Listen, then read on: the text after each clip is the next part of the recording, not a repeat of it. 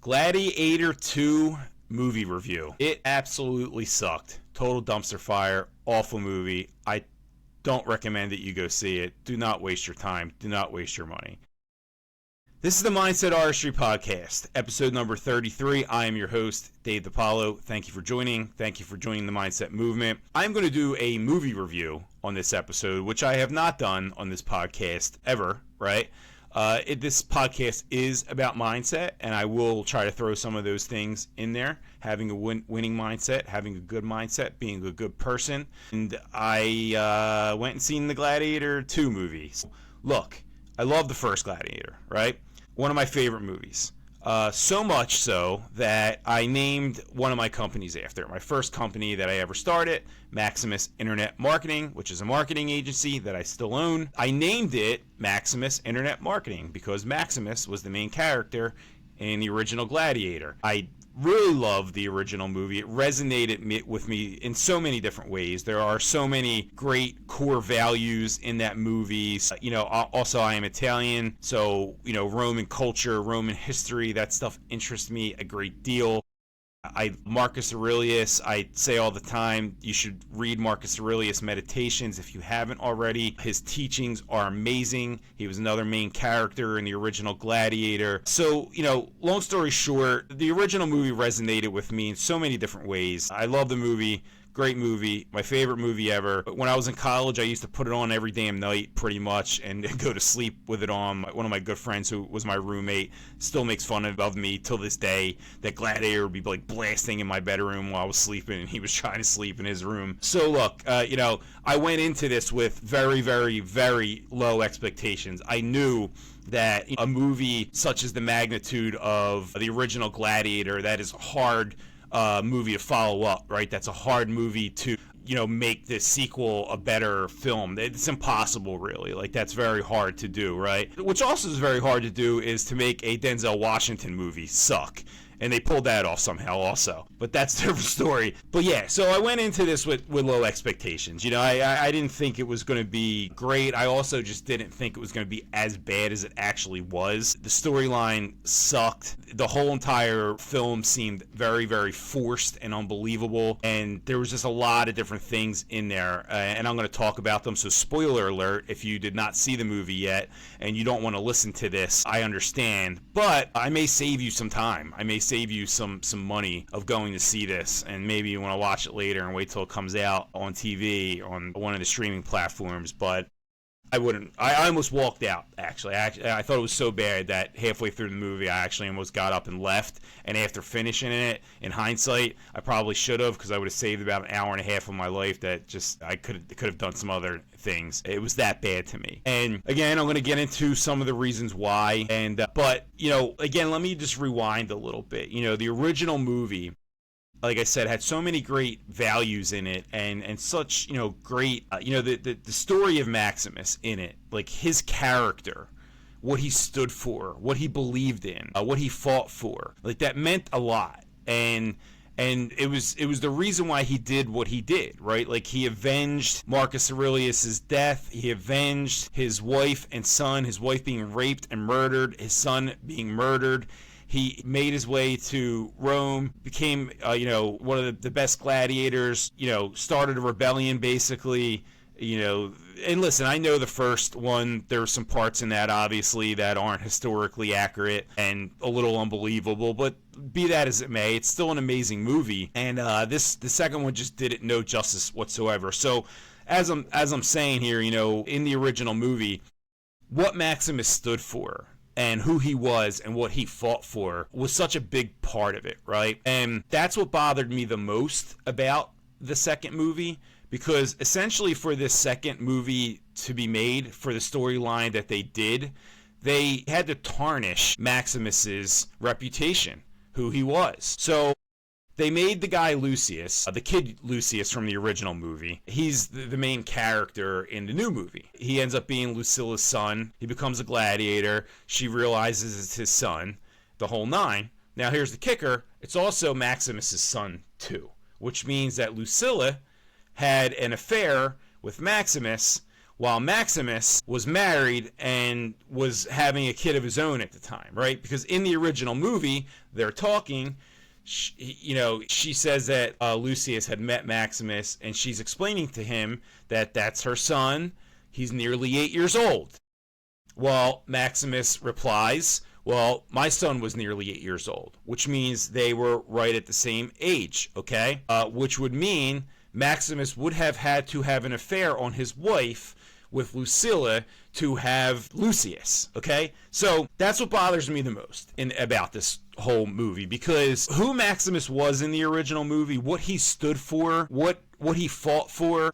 Two of the main things in the original movie, one was the one scene where he turns his back to Commodus in the arena. He has a mask on. He doesn't know he's Maximus yet. He takes off the mask, says, I'm Maximus Decimus Meridius, commander of the armies of the north, general of the Felix legions. He tells him who he is, loyal follower of the true emperor, Marcus Aurelius, father to a murdered son, husband to a murdered wife. Like, I could recite the whole fucking thing to you.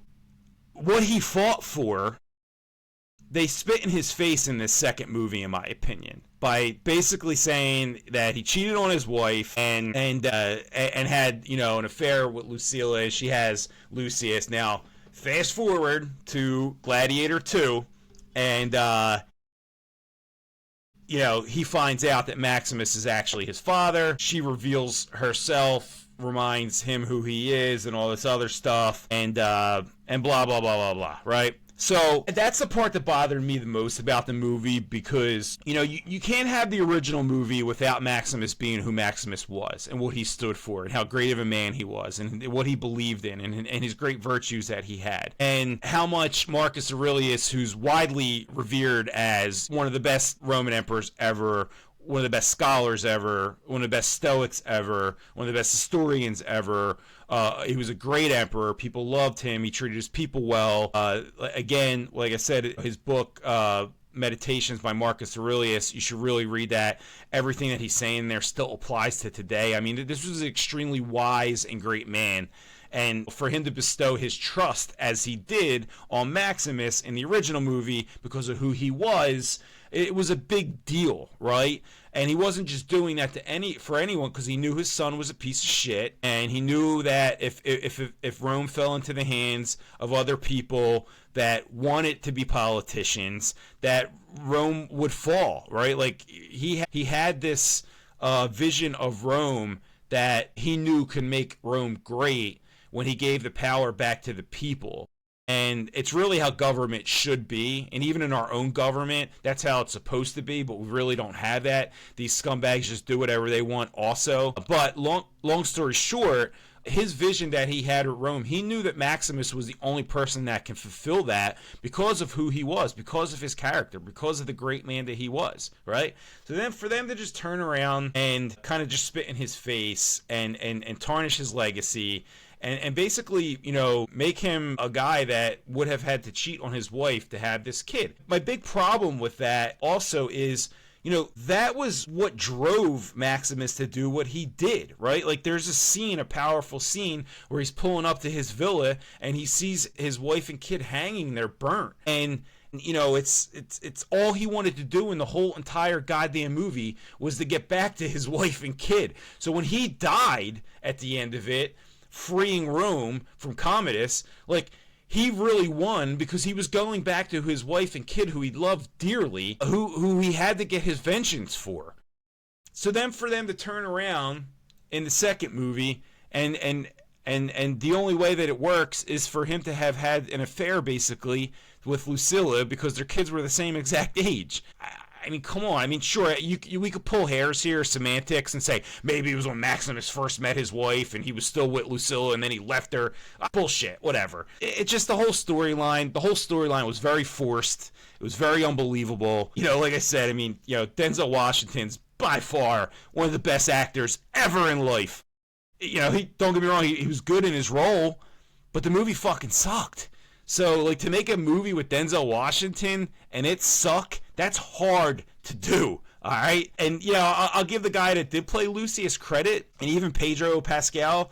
Like, they played great roles. Like, the acting was not the problem in this movie. Like, all great acting. They all played a great role. Even the kids that played the two Emperor twins, I mean, they were just, like, very believable. Like, it made you dislike them. That's how good of actors they were. So the acting wasn't the problem. The storyline sucked, and the fact that they tarnished Maximus, the original Maximus's legacy, by how they had to fit this story in. I mean, it was very bad. Like I said, as much as I loved the first movie, I knew that I wasn't going to love this movie. It was going to be very hard for it to live up to that. It's impossible almost. So I went into it with super low expectations, but it far exceeded my super low expectations because it was way worse. So look, I didn't think I'd ever do a movie review, but I felt compelled to do this one because anyone who knows me closely, good friends of mine, know how much I love the original movie Maximus. I love it so much. I mean, actually, you know what? I'll be right back.